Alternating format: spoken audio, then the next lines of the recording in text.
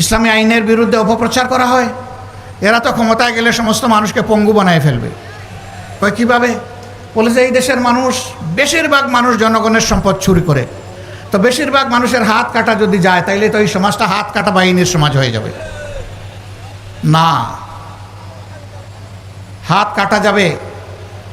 এই আইন জারির পরে এই ধরনের অপরাধ যারা করবে তাদেরকে বলে দেওয়া হবে এখন থেকে এই অপরাধের সাথে যাদেরকে পাওয়া যাবে তাদের ক্ষমা নেই। 2 নম্বর দেখা হবে যে লোকটি চুরি করেছে সে কি পেটের জ্বালায় যন্ত্রণায় আগুন নিবানোর জন্য চুরি করেছে। যদি এমন হয়, রাষ্ট্রের দায়িত্ব হবে আগে তার আগুন নেবানো, হাত কাটানো, আগে তার বৈধ আয় উপার্জনের ব্যবস্থা করে দেওয়া। যদি সেরকম কিছু সক্ষমতা তার না থাকে তাহলে রাষ্ট্রকেই পরিবারের দায়িত্ব বহন করতে হবে। এরপরে লোভের বশবর্তী হয়ে কেউ যদি চুরি করে তাহলে 2-1টা হাত কাটা যাবে প্রকাশ্যে, গোপনে নয়, যাতে সারা দেশবাসী এটা থেকে শিক্ষা নেয়। এখন কে সমাজে এই হাত কাটা বাহিনীর সদস্য হতে চাইবে?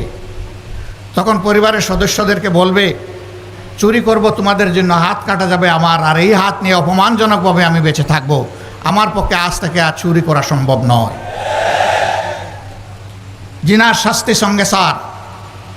বলে যে সব মানুষই তাইলে মারা যাবে, এরকম গোপনে ছুটিয়ে প্রকাশ্যে কত ধরনের জিনা হচ্ছে। হ্যাঁ, ওরকম 2-1 জনের শাস্তি হলে বাকিরা তওবা করে আড়ালে চলে যাবে ইনশাআল্লাহ, মা বোনরা নিরাপদ হয়ে যাবে।